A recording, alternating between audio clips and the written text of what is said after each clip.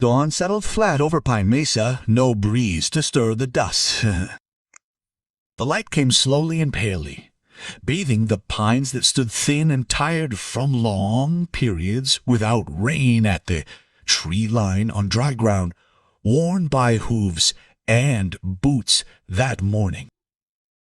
Sahai was half leaning against a fallen log, her spine curved, her hands planted in the dirt to keep herself upright.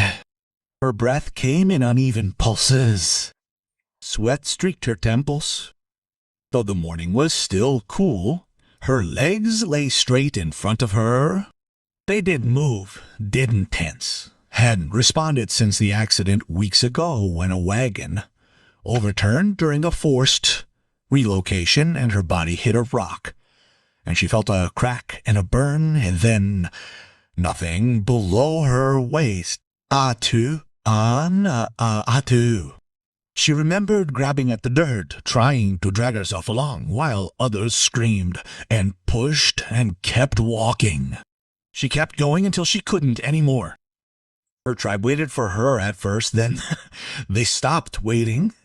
The help lasted as long as they believed she might walk again. When that hope died, patience died with her. They left her there at dawn. No food, no words, just the weight of being unwanted. She felt more anger than sadness as she watched them disappear into the trees. A fury tight in her chest like a fire she couldn't face when she couldn't stand. She was 24. She knew the old ways. A body that didn't move was a burden. Pride couldn't carry her, but she kept breathing. Abandoned or not, she hadn't given up. Her throat burned with thirst and dirt. Flies buzzed around the tear in her dress where she had torn it at the neck as she crawled, revealing more skin than she cared to show. Oh. She tried to fix the fabric, but her arms shook every time she lifted them high enough. Humiliation burned in her gut. If anyone came close, she couldn't run. She couldn't fight. She couldn't even stand up to die with dignity. That fear ran through her ribs like a taut, constant cold cord. He ain't a cord. The sound of hooves came closer along the trail. Slow, deliberate, unhurried. Shy held her breath. She stood still, her back as straight as possible, her jaw set. If a stranger came, she would look him in the eye. She wouldn't look broken. A horse stepped through the pines and stopped. Alden Crow was mounted, the reins loose in his hand. He studied the ground before looking at her. A habit of someone who had tracked men, animals, and troubles enough times to read the earth babies before he could read faces. He saw drag marks, boot prints, the place where someone had tried to move with just their arms. Finally, he looked at her, without surprise, without contempt, only the recognition of someone struggling to live. Alden was 37 years old. Born in Texas, he had moved west as a young man. He had faced sickness, winters, hunger, and lawless men. He had lost his brother in a house accident 2 years ago. He had stopped sharing a campfire with anyone since. He lived alone near a narrow creek, in a cabin he had built himself. He worked his land, hunted, trapped, and avoided towns except when he needed supplies. His mission was simple now. Survive in silence, stay out of trouble, avoid people, and let time take its course. He hadn't planned on finding anyone that day. He wanted wood to mend a fence, maybe trout from the stream later. Instead, he found her. "Are you alive?" he asked in a low, tired voice. She held his gaze, didn't answer. Immediately, "Is anyone coming?" he asked. There was a long pause. She blinked slowly. That was her answer. He exhaled once through his nose. It wasn't irritation, just acceptance of what now lay before him. Leaving her here was death. Taking her to town meant questions, suspicions, perhaps something worse. He knew what some men did when they saw a woman alone and unable to run. That thought made his hands tighten on the reins. He dismounted from the horse. His boots thumped against the dirt. He approached her slowly so she could see each step. His movements were firm, not abrupt. Trust should begin without force. "Are you hurt?" he asked. She nodded. Her voice came out raspy, barely audible.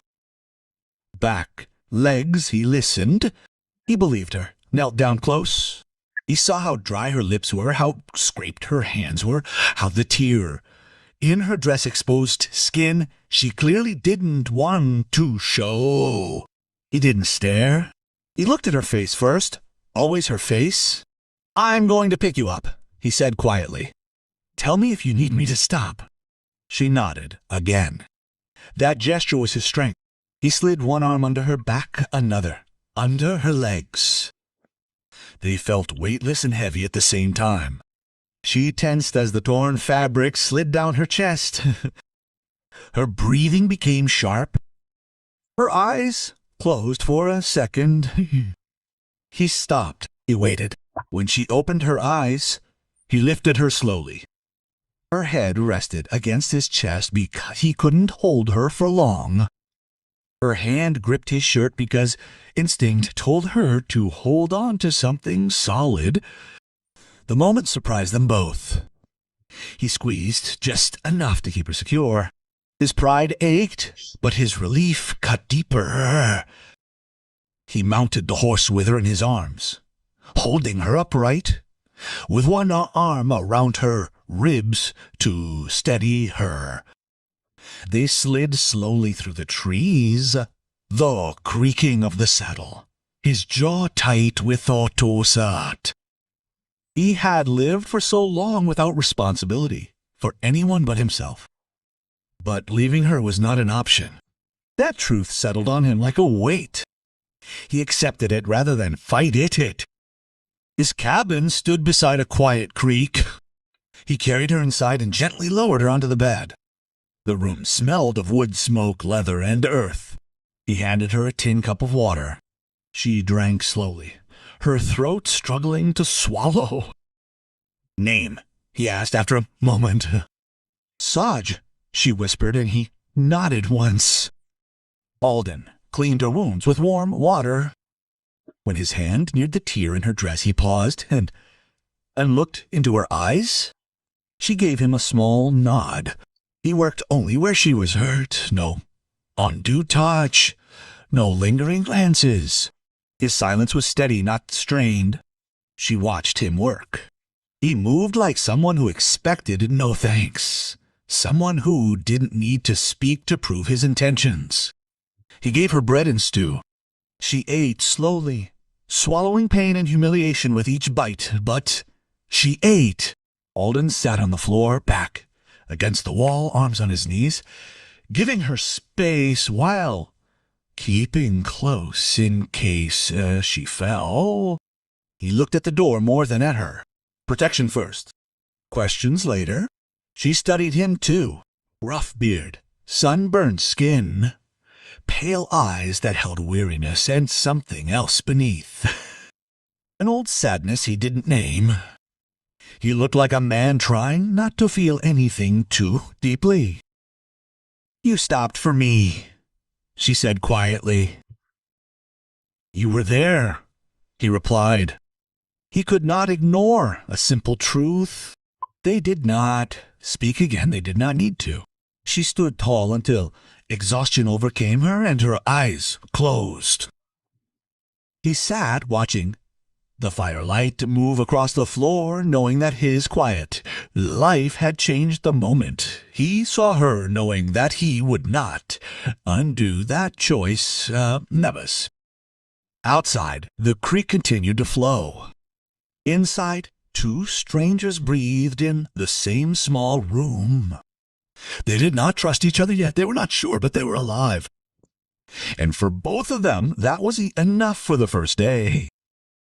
The morning light streamed through the cabin window in a pale sliver. It fell across Shy's face and woke her before she was ready. Her back ached in a deep pulse, reminding her that she had not slept in a real bed in weeks. Her arms were stiff from supporting her own weight the day before. She tried to move her legs, but she felt nothing. Stillness always hit her like a slap. For a moment, she didn't know where she was. Then the smell of wood smoke and coffee, the rough texture of wool under her palms, and the quiet pace of someone moving outside the door brought back the memory. The man, the horse, the journey, his hands lifting her as if she mattered. Alden was on the porch chopping wood. She watched his silhouette through the door. Each blow of his axe was measured, not furious, not hurried. The work was simply what life demanded here. He didn't look like a man who expected thanks. He looked like someone who had made peace with silence long before she arrived. Her stomach clenched. Hunger and fear mixed into a knot. She needed water. She needed help sitting up again. Yesterday she had been too exhausted to think beyond drinking and breathing. Today a question clenched her chest, and now what? He had saved her, but for how long? He expected her to leave once she could crawl again. He pitied her. He hated the thought more than the pain. Alden came in, wiping the sweat from his brow. He paused when he saw her awake and took off his hat. "Do you need water?" he asked. She nodded. He held the tin cup out to her. She tried to steady it herself with trembling fingers.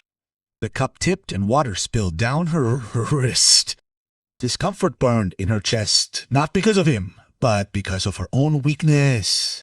She tried again. This time, he steadied her wrist, but he didn't take the cup from her. No pity, just support. When she was finished, she looked around the cabin. A simple table, a chair, a shelf of beans and dried meat, a rifle propped in the corner. There was no second bed. He must have slept on the floor.